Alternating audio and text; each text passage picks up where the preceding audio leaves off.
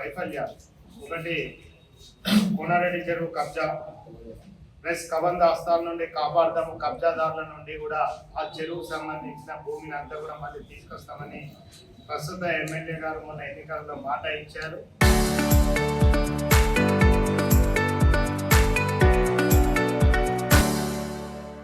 మరి అది మాటలాగానే ఉంది, కలగానే ఉంది, కానీ దాన్ని కబ్జాదారుల నుండి ఆ భూమిని మళ్ళీ తిరిగి తీసుకొచ్చిన చరిత్ర. అదేవిధంగా వాగు కులాచలం నుండి కోనారెడ్డి చెరువు వరకు కట్టుకాలను సీసీ పనులతో ఆధునీకరించి అభివృద్ధి చేస్తామని మన ఎన్నికలలో వాగ్దానం చేయడం జరిగింది. మరి ఈ 2 సంవత్సరాల కాలంలో ఆ అభివృద్ధి ఎక్కడ ఉంది అనేది ఈరోజు భారతీయ జనతా పార్టీ ఈ చార్జ్ షీట్ ద్వారా ఎమ్మెల్యే గారిని ప్రశ్నించడం జరుగుతుంది. అదేవిధంగా చెరువు పాలకం కాలువను సీసీ రోడ్లతో నిర్మిస్తామన్నారు, అది అలానే ఉంది. ఆకేరు వాగు చెక్ డ్యామ్ యొక్క పునరుద్ధరణ, అది ఏదైతే శిథిలా వ్యవస్థ ఉందో దాన్ని మళ్ళీ మరమ్మతులు చేపించి దాన్ని మళ్ళీ పునరుద్ధరణ చేస్తామని పనులు ఉన్నాయి, అది వాగ్దానం చేయడం జరిగింది. అవి కూడా ఆ వాగ్దానం అలానే ఉండిపోయింది. ఎలక్షన్ సమయంలో విపరీతమైన కోతులు వాడలలో ప్రజలను నిత్యం జనవాసాలలోకి వచ్చి కోతులు భయభ్రాంతులు ప్రజలను చేస్తుంది. బట్ ఆ కోతులను అరికట్టడంలో వర్ధనపేటకు సంబంధించిన మున్సిపల్ ఇబ్బంది కానీ ప్రజలు కానీ అప్పుడు ఎమ్మెల్యే గారు ఎలక్షన్లో శాశ్వత పరిష్కారం చేస్తామని చెప్పారు. మంకీ ఫుడ్ కోర్ట్ అని చెప్పేసి కేంద్ర ప్రభుత్వం స్మార్ట్ సిటీ ఫండ్స్లలో మంకీ ఫుడ్ కోర్ట్లకు ఇచ్చే నిధులను ద్వారా తీసుకొచ్చి అభివృద్ధి చేస్తామన్నారు. అది ఎక్కడ కూడా ఎమ్మెల్యే గారు చొరవ చూపిన విషయం మనకు కనబడదు. అదేవిధంగా డిగ్రీ కళాశాల అసంపూర్తిగా పూర్తయింది, దాన్ని పూర్తిగా మరమ్మతులు చేసి దాన్ని 100% కళాశాలకు ఉండవలసిన వసతులతో విద్యార్థులకు అందుబాటులోకి తీసుకొస్తామని చెప్పడం జరిగింది. అది కూడా అది అలానే ఉంది. అదేవిధంగా మున్సిపాలిటీకి అవసరమైన పని ఇప్పటివరకు 2 సంవత్సరాలైనా ఒక్క పని కూడా మున్సిపాలిటీలో ఈ ప్రజలకు మౌలిక సదుపాయాలు కల్పించడంలో శానిటేషన్ కావచ్చు, దోమలే కావచ్చు, త్రాగునీటి సమస్య కావచ్చు, వీటిపైన డిటెబతల హాస్పిటల్ నిర్మాణం అనేది ఇక్కడిక్కడనే ప్రజలల్లో ఉద్యమాలకు తావు తీసే విధంగా హామీలు ఇస్తున్నారు తప్ప అసలు ఆ 100 పడకల హాస్పిటల్ నిర్మాణం పైన శ్రద్ధ చూపెట్టి దానిని ఇమ్మీడియట్ గా ప్రజలకు అందుబాటులోకి తీసుకొస్తామన్నారు. 2 సంవత్సరాల సమయం అయింది, దాన్ని కూడా పట్టించుకోలేదు. ఇంటిగ్రేటెడ్ మార్కెట్, అన్ని మార్కెట్లను ఒకటే దగ్గరగా ఇంటిగ్రేటెడ్గా మోడల్ మార్కెట్ ని ఈ వర్ధనపేటకు తీసుకొస్తామని చెప్పారు. అది ఆ వాగ్దానం అలానే ఉండిపోయింది. అర్హులందరికీ ఎవరైతే పెన్షనర్స్ ఉన్నారో రేవంత్ రెడ్డి పెన్షనర్స్ ని పెంచుతామన్నారు. అదేవిధంగా కొత్త పెన్షనర్స్ ని కూడా తీసుకుందామని చెప్పి వాగ్దానం కాంగ్రెస్ ప్రభుత్వం ఆ వాగ్దానం ఇచ్చి గద్దెనెక్కడం జరిగింది. ఆ వాగ్దానంలో పెన్షనర్స్ ని కొత్త వాళ్ళని ఇవ్వలేకపోతుంది. అదేవిధంగా ఇక్కడ ప్రజలు జీవించే దాదాపు 10,000 మంది ప్రజలు జీవిస్తారు. ఒక ఆదివారం వస్తే వాళ్ళు ఒక రిలీఫ్ కి పిల్లలతోని బయటకు రావడానికి ఒక పార్క్ లేదు. ఈ వర్ధనపేటలో ఒక మంచి పార్క్ ని ఏర్పాటు చేస్తామని గత ఎమ్మెల్యేలు వాగ్దానం చేయడం జరిగింది. అది వాగ్దానం లాగానే ఉంది, కానీ ఆ పార్క్ ముందే జరిగిన విషయం లేదు. అదేవిధంగా కాంట్రాక్టర్లకు ఏదో కాస్త జరిగిన పనులకు కూడా బిల్లులు చెల్లించలేదు. మరియు కొత్త అభివృద్ధి పనులు చేయడానికి జంపుతున్నారు కాంట్రాక్టర్. ఎందుకంటే కాంగ్రెస్ ప్రభుత్వము కమిషన్లతోనే నడుస్తుంది. కాంట్రాక్టర్లు కమిషన్ల మీదనే వాళ్ళ ధ్యాస ఉంటుంది తప్ప అభివృద్ధి వైపు, సంక్షేమం వైపు వారి యొక్క ధ్యాస ఉంది. మున్సిపాలిటీలో అభివృద్ధి చేసిన కాంట్రాక్టులు బిల్లులు లేక చాలా శిథిలావస్థలో ఉన్నారు. వాటితో పాటు అభివృద్ధికి ఆటంకం జరుగుతుంది. అది అలానే ఉంది. ప్రభుత్వ పాఠశాలలో మౌలిక సదుపాయం, శానిటేషన్ అలాంటిది ఏమి చేయలేదు. అది కూడా అట్లనే ఉంది. ఈ ముఖ్యంగా ఈ వర్ధనపేట నియోజకవర్గము ఎస్సీ రిజర్వేషన్ లో ఉన్నప్పటికీ కానీ ఎస్సీ ఎస్టీల అభివృద్ధి మాత్రం నక్షత్రంలో ఆకాశంలో నక్షత్రం ఎట్లా ఉంటుందో వాళ్ళ అభివృద్ధి కూడా అంతే ఉంది. ఈ దళితులను కానీ ఎస్సీ ఎస్టీల అభివృద్ధి కోసం సంక్షేమ ఫలాలు వారి కోసం ఏదైనా ఎస్సీ లోన్స్ తేవడంలో కానీ ఇక్కడ ఎమ్మెల్యే గారు వైఫల్యమే. ఇవన్నింటినీ దృష్టిలో పెట్టుకొని వారి వైఫల్యాల మీద ఈరోజు భారతీయ జనతా పార్టీ మీడియా మిత్రుల సమక్షంలో చార్జ్ షీట్ ని రిలీజ్ చేయడం జరిగింది. అదేవిధంగా 1-2 రోజులలో భారతీయ జనతా పార్టీ ఈ మున్సిపల్ ఎన్నికలలో ఎలాంటి మేనిఫెస్టో వెళ్తుందా అనేది కూడా మేము ప్రజల ముందుకి తీసుకువస్తాము. ఈరోజు భారతదేశంలో నగరాల అభివృద్ధి జరుగుతుంది అంటే కేంద్రంలో నరేంద్ర మోడీ గారు అధికారంలోకి వచ్చిన తర్వాత అండర్ డ్రైనేజ్లకే కావచ్చు, సీసీ రోడ్లకే కావచ్చు, నగరంలో ఉన్న శ్మశాన వాటికలే కావచ్చు, పార్కులే కావచ్చు, స్మార్ట్ సిటీ ఫండ్సే కావచ్చు, అమృత్ స్కీమ్ కింద డెవలప్మెంటే కావచ్చు, హృదయ స్కీమ్ కింద వారసత్వ కట్టడాల అభివృద్ధి కావచ్చు, ఎల్ఈడి లైట్లే కావచ్చు, ఈ విధమైన నగరాల యొక్క అభివృద్ధి నరేంద్ర మోడీ గారితోనే సాధ్యమైంది. ఈరోజు భారతీయ జనతా పార్టీ నుంచి ఇక్కడి వర్ధనపేట ఓటర్ మహాశయులను మేము ఒకటే కోరుకుంటున్నాం.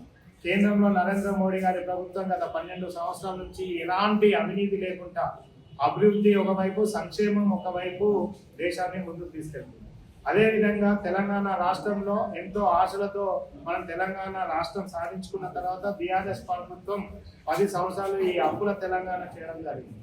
కానీ వారిని గద్దెకి దించి కాంగ్రెస్ ప్రభుత్వానికి అధికారం అప్పచెప్తే 2 సంవత్సరాలలో రేవంత్ రెడ్డి ప్రభుత్వం చేసేది కూడా ఏమీ లేదు. కాబట్టి ఇక్కడ ప్రజలు మేధావులు, శక్తివంతులు, విద్యావంతులు, ఇక్కడ ఉన్న రైతులు కూడా. కాబట్టి మీరు ఈ వర్ధనపేట నగరము, ఈ చుట్టుపక్కల గ్రామాలందరూ కూడా ఈ వర్ధనపేట నగరానికి వచ్చి ఇక్కడ ఒక నగరం అభివృద్ధి చెందాలి అంటే కేంద్రంలో ఉన్న నరేంద్ర మోడీ గారి నాయకత్వంలో వారి ఆశీర్వాదంతో పోటీ చేస్తున్న ఈ 12 వార్డు మెంబర్ సభ్యులు భారతీయ జనతా పార్టీ వారి యొక్క గుర్తు కమలం పువ్వు గుర్తు. కాబట్టి డబుల్ ఇంజన్ సర్కార్, కేంద్రంలో నరేంద్ర మోడీ గారు ఉండడం, స్థానిక సంస్థల్లో వర్ధనపేట మున్సిపల్లో కౌన్సిలర్లు అందరూ కూడా భారతీయ జనతా పార్టీ సభ్యులు ఉంటే ఎక్కడ కూడా ఎలాంటి అవినీతి లేకుండా స్వచ్ఛందంగా ఈ ప్రాంతం అభివృద్ధి చెందుతుంది. కాబట్టి ఇక్కడ ప్రజలను మేము వేడుకునేది ఇప్పుడు 11వ తారీఖు నాడు జరగబోయే ఎన్నికలలో అత్యధిక మెజార్టీతోని భారతీయ జనతా పార్టీ నిలబెట్టిన అభ్యర్థులను గెలిపించి ఈ వర్ధనపేట అభివృద్ధికి మీరు పాటుపడాలని, అదేవిధంగా ఇక్కడ సోమరితనంగా ఉంటున్న ఎమ్మెల్యేలు, రాష్ట్ర ముఖ్యమంత్రి కూడా మేల్కొల్పుగా ఈ స్థానిక సంస్థల్లో ఈ వర్ధనపేట ప్రజలందరూ భారతీయ జనతా పార్టీ అభ్యర్థులను గెలిపిస్తే వారికి కూడా సోయొచ్చి 3 సంవత్సరాలలో ఒళ్ళు దగ్గర పెట్టుకొని అభివృద్ధి వైపు పనిచేస్తారని తెలియజేస్తూ మీకు మంచి అవకాశం వచ్చింది. కాబట్టి బీజేపీ అభ్యర్థులను గెలిపించాలని వారిని సవినీయంగా కోరుకోవడం జరుగుతుంది. ఇప్పుడు మీరు ఒకసారి ఆర్టీఆర్ వాళ్ళు ఎక్కడ కూడా లేదు, మట్టి దిబ్బలు ఇసుక అయితే తాగులేదు, ఇసుక అక్రమ రవాణాతో పోతా ఉన్నది. ఆ అక్రమ రవాణా ఎవరు చేస్తూ ఉన్నది అందరికి తెలియదు. గతంలో టీఆర్ఎస్ వాళ్ళు, ఇప్పుడు కాంగ్రెస్ వాళ్ళు అక్రమ ఇసుక రవాణా మీద ఉన్న యావా ఇప్పుడు రేవంత్ రెడ్డి మూసీ రివర్ ఫ్రంట్ అని పెట్టాడు, మూసీ డెవలప్మెంట్ అని పెట్టాడు. మన ఎమ్మెల్యే గారికి ఈ ఆకేరు వాగు కొద్దిగా రివర్ ఫ్రంట్ పెడదాం, ఆకేరు వాగు ఈ నుంచి దాకా డెవలప్ చేద్దాం, ఇక్కడ ఉన్న ఈ వర్ధనపేట వాళ్ళు పోయాడ ఆ ఆకేరు వాగు వెంబడి 4 సిమెంట్ బెంచీలు అయితే, లేకపోతే ఇంకా మంచి బెంచీలు ఫ్యాబ్రికేటెడ్ బెంచీలు అయితే కూర్చుంటే కొద్దిగా గాలి పీల్చుకుంటే ఒక యావలేదు. ఆయన ఇవాళ కేంద్ర బడ్జెట్ ఏం పెట్టిండ్రు, ఈ ఏటరాయి కూటరాయి ఏటరాయి చేయబడినట్టు ఈయన కదా కేంద్ర బడ్జెట్, దాని మీద అవగాహన, దానికి సంబంధించిన ఈ దుకాణాలకి ఆయనకు వర్ధనపేట జిల్లా నియోజకవర్గ కేంద్రం ఇక్కడ ఏం చేయాలనే ఒక ఆలోచన నేను డిమాండ్ చేస్తా ఉన్నా. ఈ 2 ఏళ్ళు అయింది ఆకేరు రివర్ ఫ్రంట్ డెవలప్ చేయాలని ఒక కనీసం ఒక సమగ్ర ప్రణాళిక ఆగంబడి డెవలప్ చేసి గార్డెన్ డెవలప్ చేసి ఆలోచన ఎందుకు రాలేదు. ఇవాళ ఏ ముఖం పెట్టుకొని మీరు వర్ధనపేట గ్రామ ప్రజలను, వర్ధనపేట మున్సిపాలిటీ ఓట్లు అడగడానికి చెప్పి అడుగుతా ఉన్నారు. అదేవిధంగా బీఆర్ఎస్ ప్రభుత్వం, మీరు గతంలో ప్రభుత్వంలో ఉన్నారు, గతంలో మీ ఎమ్మెల్యే ఉన్నాడు, మధ్యలో మా పార్టీలో చేరిండు, మళ్ళా మీ పార్టీలకు వచ్చిండు. మరి మీరు ఏం చేసిండ్రు? గతంలో 10 ఏళ్ళ బట్టి మీరేం చేసిండ్రు, ఇవాళ కాంగ్రెస్ పార్టీ ఏం చేసింది 2 ఏళ్ళ బట్టి మీరు ఏ ముఖం పెట్టుకొని అడుగుతాం. అదేవిధంగా టీఆర్ఎస్ కు ఓటేస్తే ఆకేరు వాగలేసినట్టే ఇక్కడ టీఆర్ఎస్ కు అక్కడ లేదు, ఇక్కడ లేదు, ఆయన ఢిల్లీలో లేదు, ఇక్కడ రాష్ట్రంలో ప్రభుత్వం లేదు. మీరు ఏం చేసేది ఉన్నది? ఇప్పుడు కావాల్సింది ప్రభుత్వం మార్పిడి కాదు, మనకు కావాల్సింది అభివృద్ధి. ఈ అభివృద్ధి అనేది కేవలం భారతీయ జనతా పార్టీ కేంద్ర ప్రభుత్వం నిధులతోనే అభివృద్ధి జరుగుతూ ఉన్నది. మేము ఇవాళ రిక్వెస్ట్ చేస్తా ఉన్నాం, కోరుతా ఉన్నాం, విన్నవిస్తా ఉన్నాం. వర్ధనపేట ప్రజలారా మీరు ఒక్కసారి బీజేపీకి అవకాశం ఇవ్వండి. మా లక్ష్యం మొత్తం కూడా వర్ధనపేట డెవలప్మెంట్. ఇవాళ హన్మకొండ తర్వాత మళ్ళా కొద్దిగా లైట్ లేదు, ఎక్కడ కనిపిస్తుంది, అది ఎక్కడ కూడా ఏం కనపడదు. వర్ధనపేట దాటిపైన అనుకుంటారు ప్లానింగ్. అట్లా లేకుండా మేము వర్ధనపేట ఒక సమగ్ర అభివృద్ధి చేస్తామని చెప్పి ప్రజలకు హామీ ఇస్తా ఉన్నాం. ఆ హామీతోనే మేము కూడా వర్ధనపేట నియోజకవర్గంలో గతంలో కూడా వర్ధనపేటలో డెవలప్ చేసింది అనేది మీకు ద్వారా ప్రజలకు తెలుసు, మీకు తెలుసు. పంతొమ్మిదితో స్థానికంగా వర్ధనపేటలో పుట్టిన వ్యక్తిగా నా ఊరు నా గ్రామం అని మాకు అవకాశం దొరికిన కాడ మాకు మా తమ్ముడి కాడ మా తమ్ముడు ఆ ఊరని చేసిన ప్రేమ ఉన్నది తప్ప ఇప్పుడు వచ్చి పోయేటోళ్ళు వలసలు పోయేటోళ్ళు ఏదో మాట్లాడతారు మేము చేసిన గతంలో కాంగ్రెస్ పార్టీ ఏం చేయలేదు, మన 10 ఏళ్ళు పరిపాలించిన బీఆర్ఎస్ పార్టీ ఏం చేయలేదు, ఇప్పుడు పరిపాలించిన కాంగ్రెస్ పార్టీ ఏం చేయలేదు. కేవలం మాటలు చెప్పుకుంటారు. ఏం చెప్పుకుంటున్నారంటే కేంద్ర ప్రభుత్వం నిధులతోటే మేము చెప్తున్నాడు. కేంద్ర ప్రభుత్వం నిధులతో చెప్తున్న దానికి ఉదాహరణ మీకు చెప్తాను. 2 సంవత్సరాల కింద పెట్టవలసిన సర్పంచ్ కార్పొరేషన్ ఎలక్షన్లు ఇప్పుడు ఎందుకు పెట్టారంటే ఈ కేంద్ర ప్రభుత్వం నుంచి 3,000 కోట్లు డబ్బు వస్తున్నది. ఆ డబ్బులు మేము రాబోయే రోజుల్లో వాడుకోవడానికి మళ్ళీ గత బీఆర్ఎస్ పార్టీ సర్పంచులకు ఎంపీటీలకు వచ్చిన డబ్బు వాడుకొని సర్పంచులకు ఎంపీటీలకు మిగతా సాగుకు కారకునేలా బీఆర్ఎస్ పార్టీ రేపు కాంగ్రెస్ పార్టీ కూడా అదే దూరంలో నడవడానికి ప్రయత్నం చేస్తున్నది. మీ ద్వారా మేము ప్రజలకు వినియోగిస్తున్నాం. బీఆర్ఎస్ పని అయిపోయింది, కేల్కతం దుకాణం బాధ. కాంగ్రెస్ పార్టీ కూడా అదే పరిస్థితిలో ఉన్నది. అంటే కేవలం అక్కడ బుడుతున్నదంటే రౌదేశి దాటే విధంగా ఆ డబ్బు కొరికే ప్రయత్నాలు చేస్తున్నారు. కేంద్ర ప్రభుత్వం నిధులతోనే చేస్తున్నారు.